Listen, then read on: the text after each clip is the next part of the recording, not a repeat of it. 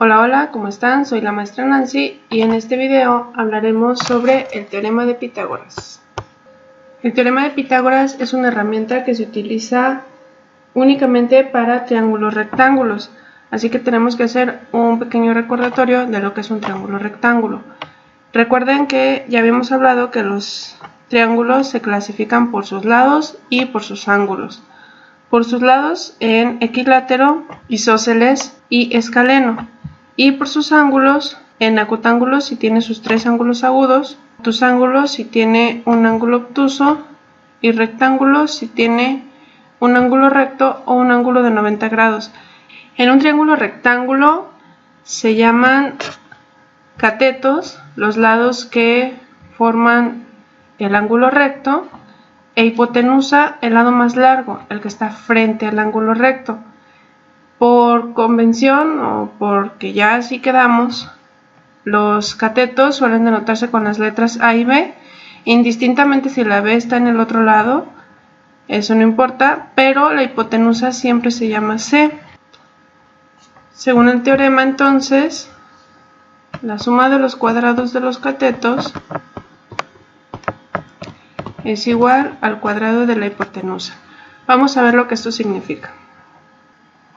Tenemos aquí un triángulo rectángulo. ¿Cómo sé que es un triángulo rectángulo? Los catetos forman un ángulo recto. Está trazado en el plano cartesiano, por lo que X y Y son ejes perpendiculares, forman un ángulo recto. Y ese triángulo es el triángulo más famoso del teorema de Pitágoras. Forman una terna pitagórica. Son tres números enteros que cumplen el teorema de Pitágoras y son la base de las otras ternas pitagóricas, es decir, un triángulo con 3, 4 y 5 de lado, o sea, un lado de 3, otro de 4 y otro de 5, cumple el teorema de Pitágoras. Ahorita vamos a ver por qué. Pero además, un triángulo que mida el doble de este, es decir, que sea semejante a este, que mida 6, 8 y 10, por ejemplo, también es un triángulo que cumple el teorema de Pitágoras. Ahora bien, ¿qué significa esa relación que vimos de a cuadrada más b cuadrada igual a c cuadrada? Quiero que observen con cuidado. Este lado del triángulo mide 3, pero esa es una medida lineal. Si eso lo convertimos en cuadrado, es decir, formamos un cuadrado de 3 por 3 a su lado, sería algo como esto. Esto ya es el cuadrado del cateto. El otro cateto mide 4. Si lo elevamos al cuadrado, es decir, si formamos un cuadrado que de un lado mida 4 y del otro lado mida 4, obtenemos esta figura. Según el teorema de Pitágoras, si yo sumo estos dos cuadrados, obtendré el valor del cuadrado de la hipotenusa. La hipotenusa aquí vale 5, quiere decir que debo de obtener 25. Ahora sumen ustedes 9 más 16, son 25. Y se cumple lo que dijimos anteriormente. La suma de los cuadrados de los catetos es igual al cuadrado de la hipotenusa. Esta solamente es una demostración gráfica para que ustedes vean de dónde se obtiene el teorema de Pitágoras, pero no es necesario que la hagan cada vez. Vamos con ese ejemplo. Dibujé tres triángulos rectángulos. Noten que las medidas, por supuesto que no están a escala, es un triángulo genérico que me ayuda únicamente a acomodar las letras para ubicar cuál es el dato que me falta. Y de esta manera sustituirlo en la fórmula, en el teorema de Pitágoras adecuadamente. A lo que quiero llegar es a una ecuación lineal con una sola variable para poder despejarla. En teoría todos ya sabemos despejar, ya pasamos por el álgebra básica, operaciones contrarias y todo eso, y es lo que haremos ahora. Primero sustituyo los datos conocidos. Presten atención y vean que Les puse un ejemplo donde falta C, otro ejemplo donde falta B y otro ejemplo donde falta A, con el fin de que noten que es básicamente lo mismo, solamente respetar las reglas algebraicas y aritméticas que ya conocen y trabajar con cuidado el aspecto de los signos, sobre todo, que es donde más se equivocan. Voy a ir desarrollando entonces los cuadrados primero. Listo. Siguiente paso, despejar la variable. En el primer caso está casi despejada. Ahora voy a sumar los términos semejantes. 81 más 144. ¿Qué me falta para que la variable esté totalmente despejada? Este cuadrado debe de pasar para acá. ¿Cuál es la operación contraria de la potencia? La raíz. Eso quiere decir que la potencia al cuadrado tiene como operación contraria una raíz cuadrada. Debo de calcular raíz cuadrada de 225 y eso me dará el valor de C. Eso es igual a 15. Para el siguiente ejercicio, noten que la B no está despejada, no está solita de ningún lado. Como ya está aquí, aquí la voy a dejar y le voy a ir quitando poco a poco lo que le estorba. Primero, ¿qué le quito? Le quito el 100. El 100 está haciendo una suma con B, lo paso haciendo una resta con el 400. Y lo mismo, saco raíz cuadrada de lo que ella para despejar totalmente la B. B es igual a raíz cuadrada de 300. Y en el último ejercicio va a suceder algo muy similar a lo que está acá. Para lograr despejarla, primero debo de pasar el 225 a hacer una resta con el 484. Y finalmente saco la raíz cuadrada de 259. Puedo rescatar conocimientos muy importantes de estos procesos, por eso los quise hacer juntos.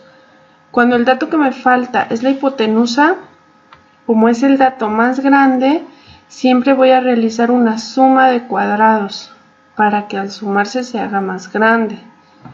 Cuando el dato que me falta es alguno de los catetos, noten que no importa si es A, si es B, si es el vertical, el horizontal, no importa que sea alguno de los catetos A o B, siempre voy a realizar una resta de cuadrados. Siempre, en los dos casos tuve que hacer una resta y eso siempre sucede. Así que si ustedes están calculando la hipotenusa y por algo hicieron un paso donde están restando, desde ahí digan tache, estoy mal, me regreso. Si están calculando un cateto y sustituyeron mal o por alguna razón pasaron este dato acá positivo, como sea, y notan que están haciendo una suma, recuerden y digan tache, porque cuando se calcula cateto debo de restar. Y ese puede ser un tip para evitar errores. Otra cosa, al obtener este resultado nunca, pero nunca va a ser negativo.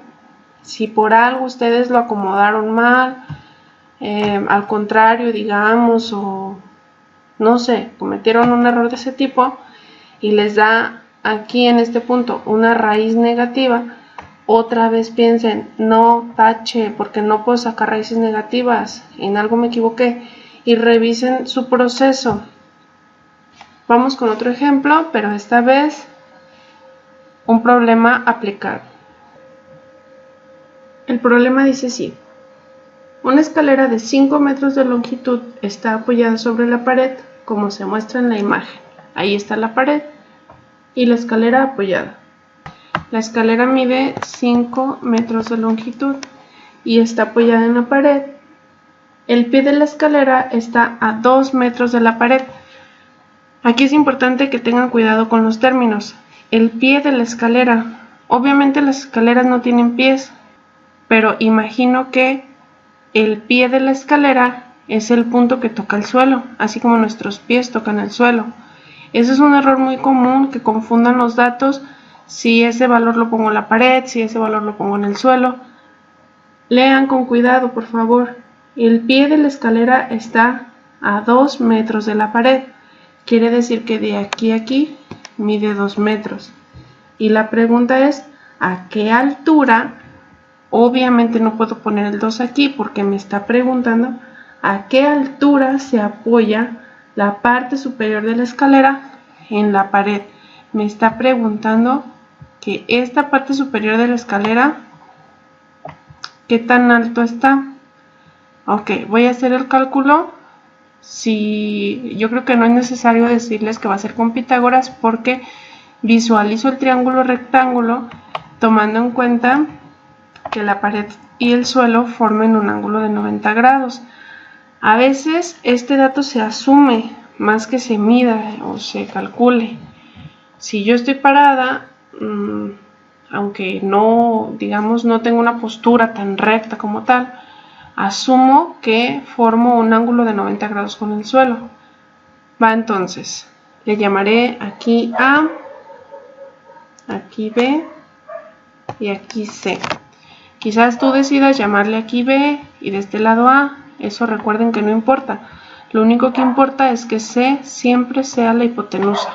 Sustituyo mis datos, los que ya conozco, y despejo el valor de A. Desarrollo los cuadrados. Otro error común es confundir la operación cuadrado con una multiplicación por 2. Recuerden, y a lo mejor aquí pareciera que obvio no a nadie le pasa, pero sí es muy común. Recordemos que elevar al cuadrado es multiplicar la base por sí misma 2 veces, 5 por 5, no multiplicar por la potencia. Ahora despejamos el valor de A.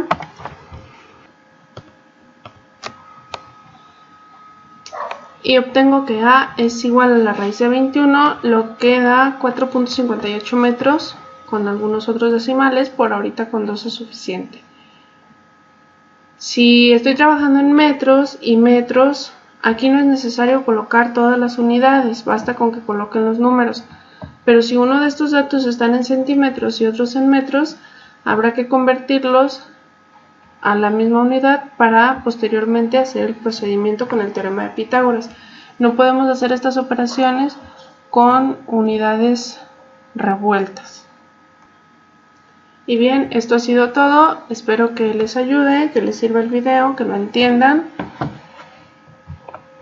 Cuídense y nos vemos pronto.